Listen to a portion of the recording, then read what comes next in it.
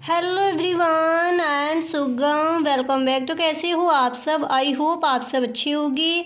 स्वागत है आप सभी का आपके अपने एसपी स्टडी यूट्यूब चैनल पर। तो गाइस, आज हम आपके लेकर आए हैं जो आपका इकोनॉमिक्स है, जो स्टूडेंट क्लास 12 के हैं उनके लिए इकोनॉमिक्स में जो आपके इम्पोर्टेंट क्वेश्चन है इस बार के बोर्ड एग्जाम के लिए, वो सारे क्वेश्चन आपको इस वीडियो में मिलने वाले हैं। आपको यहाँ पर मिलेगा कि अतलग उत्तरीय प्रश्न जो है वो आपको कौन कौन से तैयार कर लेने हैं। इसके बाद लघु उत्तरीय प्रश्न आप कौन कौन से तैयार करोगे एंड विस्तृत उत्तरीय प्रश्न आपको कौन कौन से तैयार करने हैं इस बार के बोर्ड एग्जाम के लिए। तो पूरा कुछ आपको इस वीडियो में बताया जाएगा, तो वीडियो आपको पूरा देखना है। इस वीडियो को आप बिल्कुल भी स्किप ना करें, और अगर आपको वीडियो पसंद आए तो इस वीडियो को आप एक लाइक ज़रूर कर दें। वीडियो पसंद आया करे तो वीडियो को अपने दोस्तों में शेयर ज़रूर किया करें, ठीक है। तो अतलग उत्तरीय प्रश्न कौन कौन से आपको तैयार करने हैं एंड लघु उत्तरीय प्रश्न कौन कौन से तैयार करोगे आप इस बार के बोर्ड एग्जाम के लिए। इसके बाद बताया जाएगा आपको कि विस्तृत उत्तरीय प्रश्न आपको कौन से तैयार करने हैं, ठीक है। जो स्टूडेंट्स बोलते हैं कि उनको इकोनॉमिक्स में कुछ आता नहीं है यानी इकोनॉमिक्स में कमज़ोर हो, तो बिल्कुल भी आपको टेंशन लेने की ज़रूरत नहीं है। यहाँ पर आपको सभी इंपॉर्टेंट क्वेश्चन बताए जाएंगे, और जब आपका बोर्ड एग्जाम पास आएगा तब आपको जो आपके मॉडल पेपर एंड जो आपके प्रीवियस ईयर क्वेश्चन है वो आपको दोबारा से बता दिए जाएंगे। प्रीवियस ईयर क्वेश्चन हम आपको बता चुके हैं इकोनॉमिक्स के 2020 एंड 2022 2023 के जो आपके क्वेश्चन हैं वो हम आपको बता चुके हैं। अगर आपने वो वीडियो नहीं देखा है तो डिस्क्रिप्शन बॉक्स में लिंक गिवन है, वहाँ से आप देख सकती हो। तो सबसे पहले यहाँ पर हम देखेंगे कि जो अतलग उत्तरीय प्रश्न है वो आपको कौन कौन से तैयार करने हैं इस बार के बोर्ड एग्जाम के लिए। तो यहाँ पर आप देख सकते हो जो सबसे पहला जो आपका प्रश्न है अतलग उत्तरीय प्रश्न में, वो मैंने यहाँ पर लिया है। आप देख सकते हो प्रश्न आपका दिया गया है कि आर्थिक समस्या उत्पन्न होने के प्रमुख कारण क्या है, ठीक है। आर्थिक समस्या उत्पन्न होने के प्रमुख कारण क्या है, कई बार क्वेश्चन आस्क किया गया है। तो देख लीजिए इसका आंसर क्या हो जाएगा। इसका आंसर आप इस तरह से लिख कर आओगे, यहाँ पर देख सकते हो कि आर्थिक समस्या उत्पन्न होने के कारण सबसे पहले आपको हेडिंग डालनी है, फिर आप इसमें लिखोगे कि मानवीय आवश्यकताएं असीमित होती हैं किंतु उन्हें संतुष्ट करने के लिए मानव के पास साधन सीमित मात्रा में ही उपलब्ध होते हैं। इसके बाद जिनके वैकल्पिक प्रयोग संभव हैं, ये सभी लक्षण परिवार व अर्थव्यवस्था दोनों पर ही लागू होते हैं। अब इसके बाद देखिए आपको लिखना है, इतना लिखने के बाद यहाँ पर देखिए फिर आप लिखोगे, इतना करने के बाद आपको लिखना है कि जबकि हाँ लागू होते हैं। इसके बाद आप देखिए फर्स्ट पॉइंट डालोगे, फिर आप लिखोगे कि एक परिवार आय सीमित होती है जबकि उसकी अपनी असीमित आवश्यकताओं को संतुष्ट नहीं कर सकता। एक परिवार की जो आय है वो सीमित होती है जबकि उसकी अपनी असीमित आवश्यकताओं को संतुष्ट नहीं कर सकता।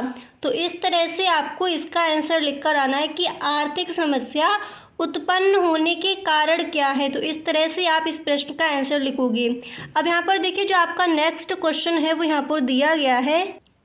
अब इसके बाद यहाँ पर आप देख सकते हो आपका अगला प्रश्न दिया गया है कि प्रति व्यक्ति आय से क्या आशय है, ठीक है। प्रति व्यक्ति आय से क्या आशय है, तो देख लीजिए आप हेडिंग डालोगे प्रति व्यक्ति आय या व्यक्तिगत आय, एक ही बात होती है, ठीक है। फिर आप इसमें लिखोगे, इसकी परिभाषा आप इस तरह से लिखोगे कि प्रति व्यक्ति आय अर्थव्यवस्था की औसत आय होती है। प्रति व्यक्ति आय क्या होती है, अर्थव्यवस्था की औसत आय। अर्थव्यवस्था की कुल आय में कुल जनसंख्या का भाग देकर प्रति व्यक्ति आय ज्ञात की जाती है, अर्थात प्रति व्यक्ति आय बराबर कुल राष्ट्रीय आय अपॉन कुल जनसंख्या।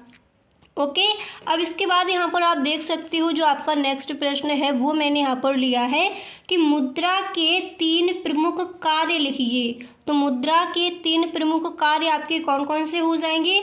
इस तरह से पहले आप लिखोगे कि मुद्रा के प्रमुख कार्य निम्नलिखित है। मुद्रा के 3 प्रमुख कार्य निम्नलिखित है, कौन कौन से। पहला आपका हो जाएगा विनिमय का माध्यम एंड दूसरा हो जाएगा मूल्य का मापक, तीसरा आपका हो जाएगा मूल्य का हस्तांतरण। इसके बाद अगला क्वेश्चन आपका यहाँ पर दिया गया है, आप देख सकते हो नेक्स्ट प्रश्न यहाँ पर दिया गया कि पूर्ण रोजगार से क्या आशय है। पूर्ण रोजगार से क्या आशय है। तो जब आप इसका आंसर लिखोगे तो पहले आपको हेडिंग डाली है पूर्ण रोजगार, फिर आप इस पे लिखोगे कि पूर्ण रोजगार वह दशा है जिसमें प्रचलित मजदूरी पर कार्य करने एवं इच्छुक व्यक्ति कार्य प्राप्त कर लेते हैं। ओके, अब इसके बाद देख लीजिए यहाँ पर जो आपका नेक्स्ट प्रश्न है वो यहाँ पर मैंने लिया है, ये आपका अतलग उत्तरीय प्रश्न ही है। ठीक है, प्रश्न है कि समष्टि अर्थशास्त्र से आप क्या समझते हैं। कई बार क्वेश्चन आस्क किया गया। ठीक है, तो इसका आंसर हो जाएगा कि समष्टि अर्थशास्त्र में संपूर्ण अर्थशास्त्र की आर्थिक इकाइयों का अध्ययन होता है, जैसे राष्ट्रीय आय, कुल उपभोग। समष्टि अर्थशास्त्र में समाज और समाज के व्यवहार का अध्ययन होता है। एंड इसके बाद आपका अगला प्रश्न यहाँ पर दिया गया है, आप देख सकते हो। इस प्रश्न को आपको तैयार करना है कि आर्थिक समस्या किसे कहते हैं, यानी जो आपकी इकोनॉमिक प्रॉब्लम क्या है वो आपको बतानी है। तो देख लीजिए, इसका आंसर हो जाएगा कि विभिन्न आवश्यकताओं की, मैंने कई बार इसको आपको समझाया भी है कि आर्थिक समस्या आखिर है क्या। तो यहाँ पर आप देख सकते हो आंसर इसका हो जाएगा कि विभिन्न आवश्यकताओं की पूर्ति करने के लिए सीमित साधनों के प्रयोग से उत्पन्न चयन यानी चुनाव की समस्या को ही हम आर्थिक समस्या कहते हैं। अब यहाँ तक आपको क्लियर हो गया। अब इसके बाद जो आपका अगला प्रश्न है वो आप ये तैयार करोगे। यहाँ पर आप देख सकते हो नेक्स्ट प्रश्न आपका दिया गया है कि सीमांत उपयोगिता क्या है। ठीक है, सीमांत उपयोगिता क्या है। अब देखिए इसका आंसर क्या हो जाएगा।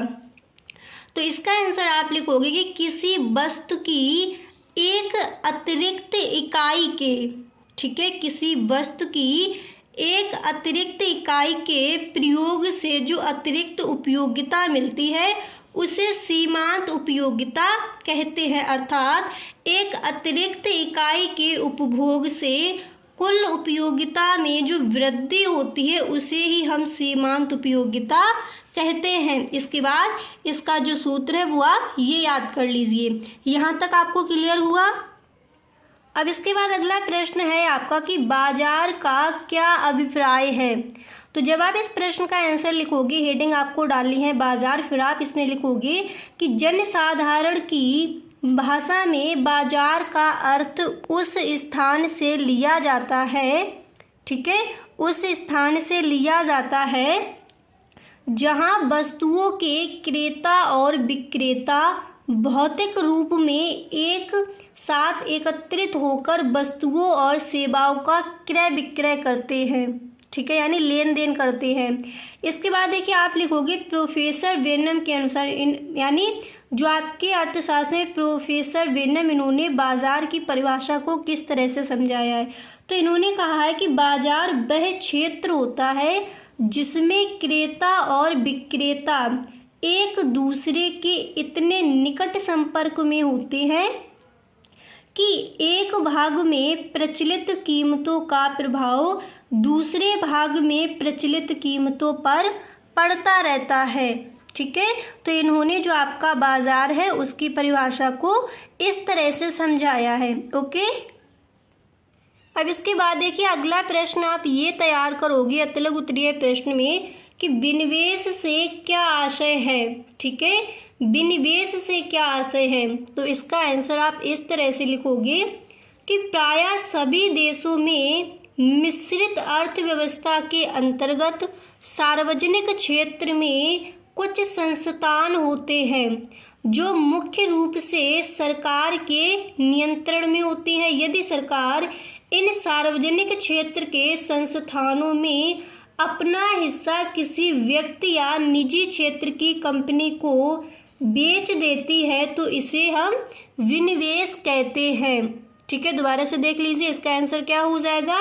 प्रायः सभी देशों में मिश्रित अर्थव्यवस्था के अंतर्गत, और हमारे भारत में कौन सी अर्थव्यवस्था है, मिश्रित अर्थव्यवस्था है।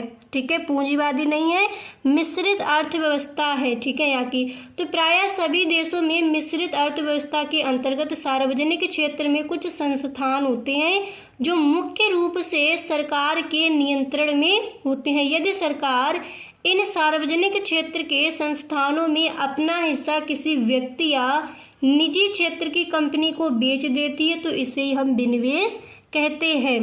क्लियर हो गया यहाँ तक। अब इसके बाद जो आपका अगला प्रश्न है वो आप ये तैयार करेंगे अतलग उत्तरीय प्रश्न में कि राष्ट्र से आप क्या समझते हैं। राष्ट्र से आप क्या समझते हैं। तो राष्ट्र से आशय जनसंख्या के उस समूह से है जो अपने आप को एक समुदाय के रूप में प्रस्तुत करता है। राष्ट्र से आशय जनसंख्या के उस समूह से है जो अपने आप को एक समुदाय के रूप में प्रस्तुत करता है तथा अनेक साझा विशेषताओं पर आधारित होता है। इस प्रकार की मुख्य विशेषताएं हैं सामान्य भाषा, एक निश्चित भौगोलिक स्थिति, इतिहास, धर्म, प्रजाति तथा राजनीतिक आकांक्षाएं। ठीक है। अब इसके बाद देखिए अगला क्वेश्चन आप ये तैयार कर लोगे। ये देखिए आपका लघु उत्तरीय प्रश्न में भी पूछा जा सकता है और अति लघु उत्तरीय प्रश्न में भी। ठीक है। तो प्रश्न आपका यहाँ पर दिया गया है, आप पढ़ सकते हो। क्वेश्चन आपका है कि आय के चक्रीय प्रवाह का वर्णन कीजिए। ठीक है। आय के चक्रीय प्रवाह का वर्णन कीजिए। तो इसका आंसर आप इस तरह से लिखोगे कि परिवार फर्मों को साधन सेवाएं प्रदान करते हैं। आय का चक्रीय प्रवाह, इस तरह से आप पहले हेडिंग डालोगे, फिर आप इसमें लिखोगे, देख सकते हो कि परिवार फर्मों को साधन सेवाएं प्रदान करते हैं और फर्में परिवारों को वस्तुएं प्रदान करती हैं। ठीक है। इसके बाद यहाँ पर आपको लिखना है इस प्रकार परिवारों से फर्मों को साधन सेवाओं और फर्मों से परिवार को वस्तुओं का निरंतर प्रभाव होता है। इसे वास्तविक प्रवाह कहते हैं क्योंकि यह चक्र कभी समाप्त नहीं होता, इसलिए इसे आय का चक्रीय प्रवाह भी कहते हैं। देश की राष्ट्रीय आय की गणना, ठीक है, देश की राष्ट्रीय आय की गणना करने में इसके बाद आपको लिखना है कि मुद्रा प्रवाह का अध्ययन अत्यधिक उपयोगी है। मुद्रा का चक्रीय प्रवाह अंतर्राष्ट्रीय व्यापारिक नीतियों का आधार है। इस तरह से आप इस प्रश्न का आंसर लिखकर आओगे कि आय के चक्रीय प्रवाह क्या है। आय के चक्रीय प्रवाह से आप क्या समझते हैं या फिर आय के चक्रीय प्रवाह का वर्णन कीजिए। ठीक है। किसी भी तरह से आपका क्वेश्चन आंसर किया जाए, आंसर आप यही लिखकर आओगे। तो देखिए यहाँ पर मैंने आपको बता दिए हैं जो आपके अतलग उत्तरीय प्रश्न थे वो आपको कौन कौन से तैयार करने हैं इस बार के बोर्ड एग्जाम के लिए। अब हम आपको बताएंगे कि लघु उत्तरीय प्रश्न और विस्तृत उत्तरीय प्रश्न आपको कौन कौन से तैयार कर लेने हैं, वो हम आपको नेक्स्ट वीडियो में बताएंगे। तो अगर आपको वीडियो पसंद आया है तो इस वीडियो को आप अपने दोस्तों में शेयर करें और एक लाइक ज़रूर कर दें। Okay, thank you so much.